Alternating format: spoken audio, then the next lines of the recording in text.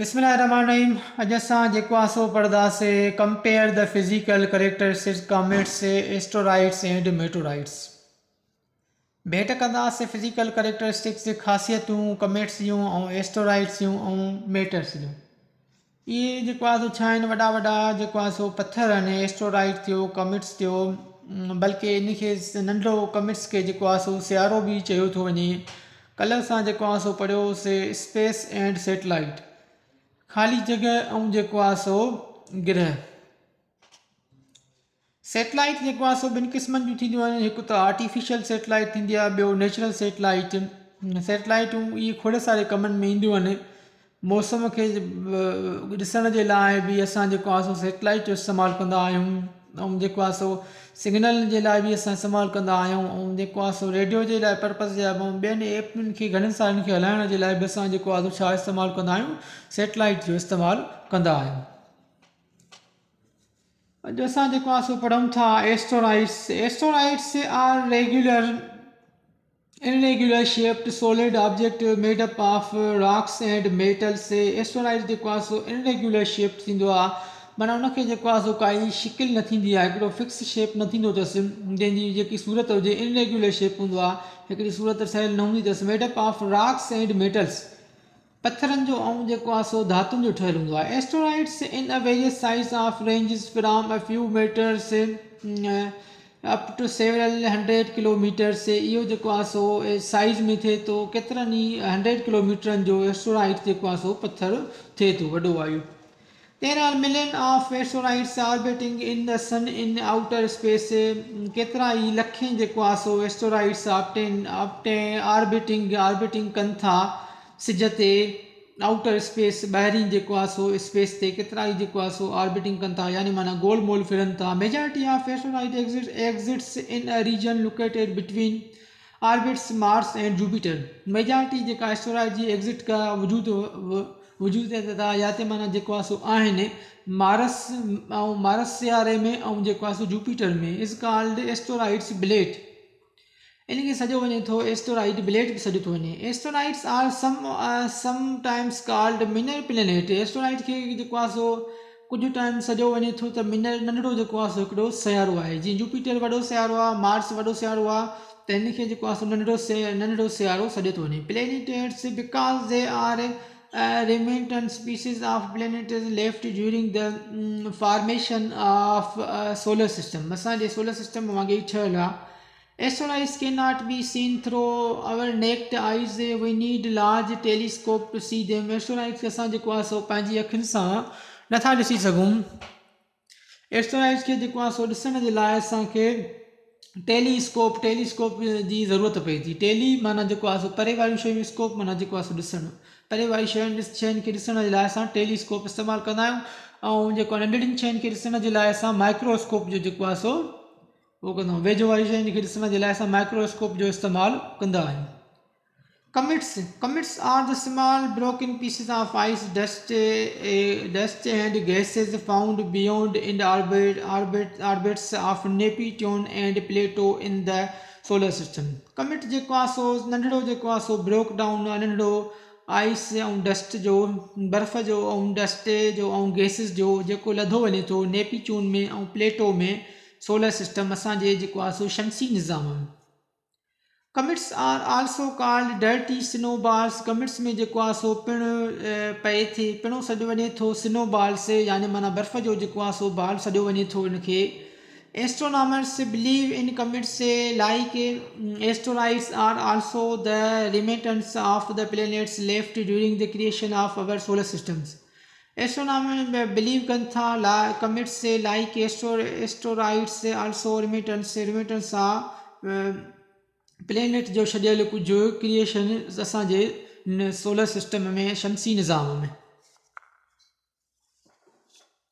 Comets looks like a long hair strand and consists of 3 main parts। Commits जेको आहे सो नज़र अचे थो लुक लाइक जेको आहे सो हेयर स्ट्रैंड्स ते।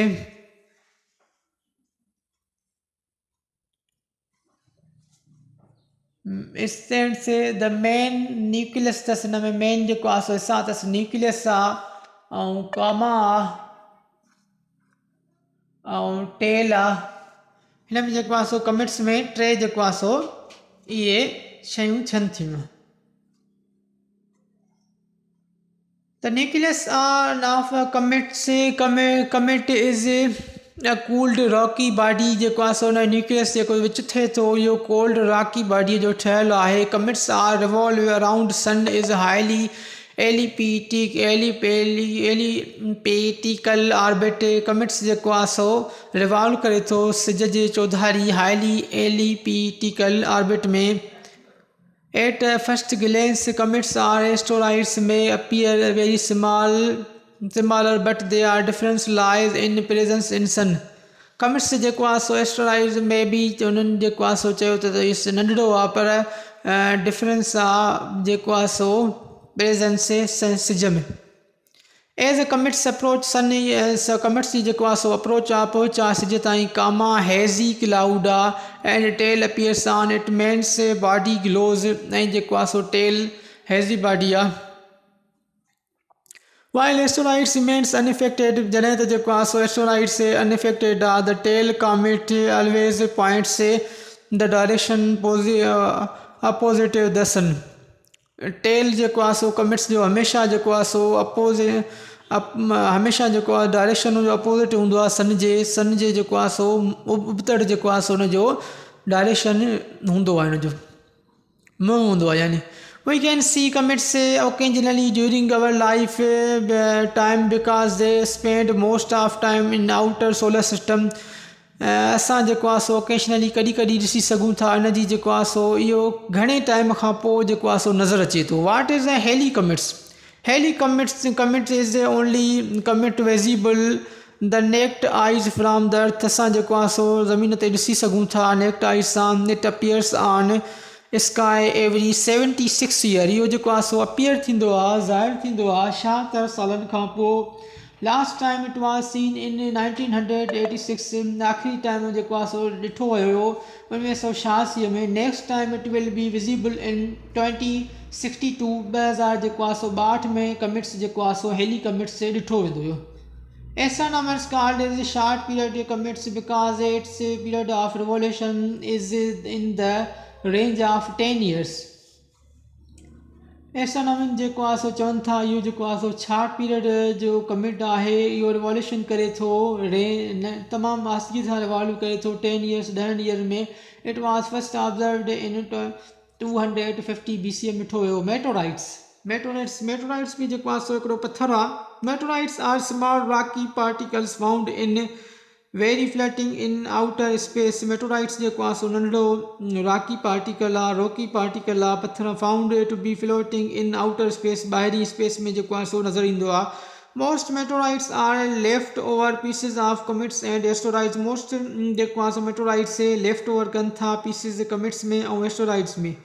लेफ्ट ओवर माना छॾे था वञनि उनखे कमिट्स में ऐं एस्ट्रोइड्स में। When high speed meteorites enters the into atmosphere, जॾहिं जेको आहे सो हाई स्पीड में मेटोराइट्स दाख़िल थियनि था एटमॉस्फेयर में, it heats up so much it is glows and appears like the bright streaks like is sky called meteorites. इहे हीट सभु थी था वञनि, गर्म था थी वञनि, बाहि थी ॿरी वञे, यानी माना break bright streak light sky called meteorites. Meteorites are also called fire balls of shooting star. Meteorites खे जेको आहे सो फायर बॉल बि चयो थो वञे, बाहि जो ॿरंदड़ बि, बाहि जो फायर बॉल्स बि चयो थो वञे, या शूटिंग स्टार बि सॼो थो वञे। Small size of meteorites burn completely with in a few second. Small जेको आहे सो मेटोराइट्स जेके आहिनि उहे कुझु सेकंडनि में जेको आहे सो छा था थी वञनि, उहे सड़ी था वञनि। As they are enter into the earth atmosphere, जॾहिं जेको आहे सो दाख़िल थियनि था ज़मीन जे एटमॉस्फेयर में, त उहे मिंट सेकंड में सड़ी था वञनि।